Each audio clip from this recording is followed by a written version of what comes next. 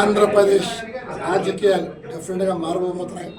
2029 junior NTR వారసుడు ఎన్టీఆర్ ముద్దు బిడ్డ ఏదైతే జూనియర్ ఎన్టీఆర్ ఆయన పేరు పెట్టారో 29 రాబోతున్నారు. ఈ రాష్ట్రానికి కాబోయే ముఖ్యమంత్రి ఎన్టీఆర్ ఎవరు ఆపలేరు.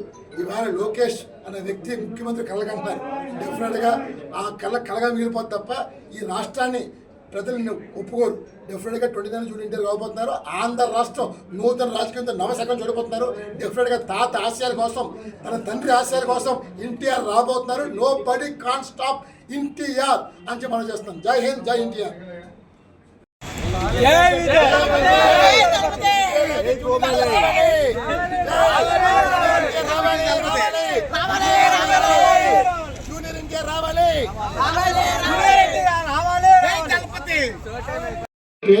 ఎప్పుడైనా మీరు విన్నారా?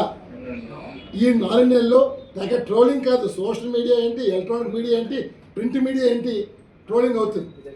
16 సంవత్సరాలుగా తొక్కిస్తున్న జూనియర్ ఎన్టీఆర్ని 4 నెలల నాడు ఇదే విశాఖపట్నంలో ఎన్టీఆర్ వారసుడు ఎవరు అనేది మనం తెరపై తెచ్చాం. లోకేష్ జూనియర్ ఎన్టీఆర్ నాటి నుంచి నేటి వరకు అది ట్రోలింగ్ అని వెళ్తుంది. ఆ మధ్యన చూసాం తెలంగాణ సీఎం కూడా ఎన్టీఆర్ వారసుడు జూనియర్ ఎన్టీఆర్ అని చెప్పారు. సో ఈ రాష్ట్రానికి ఎందుకంటే ఇప్పుడు దాకా చంద్రబాబు కుయ్యతంతో ఆడారు. ఫస్ట్ జనరేషన్ ఎన్టీఆర్ పెట్టారు, సెకండ్ జనరేషన్లో చంద్రబాబు లాక్కున్నారు. ఇది మూడో జనరేషన్లో మేమేమి గాజులు కూడా లేవు. అందువల్ల నందమూరి వారసుడు, నందమూరి బిడ్డ ఎన్టీఆర్ వస్తాడు. ఎన్టీఆర్ ఈ రాష్ట్రానికి కాబోయి ముఖ్యమంత్రి. నో బడీ కాన్ స్టాప్ మిస్టర్ చంద్రబాబు నాయుడు మనం చేస్తాం. జై హింద్. జననాయకుడు సినిమా తమిళనాడు ముఖ్యమంత్రి విజయ్ గారు ఎలక్షన్ ముందు చెప్పారో సేమ్ అదే పందాలు వెళ్ళింది.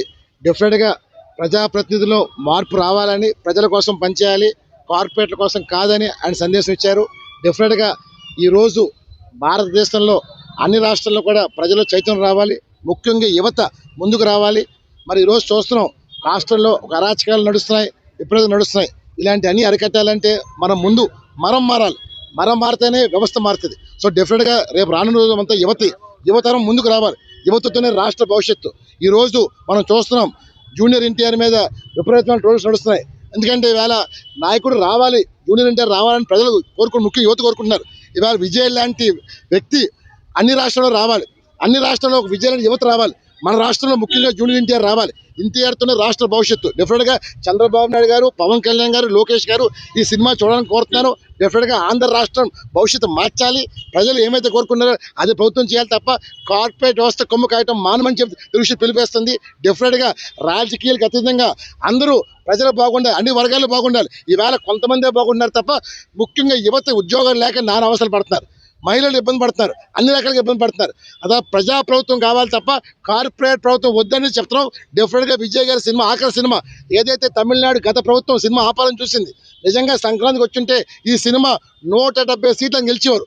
ఆయన ఆపాలని చూశారు, కానీ ప్రజల గుండెల్లో ఆయన విజయాన్ని ఎవరు ఆపలేపారు. ముఖ్యమంత్రి అయితే తీరారు. ఇవాళ స్టాలిన్ ఏమైపోయారు మనం చూసాం.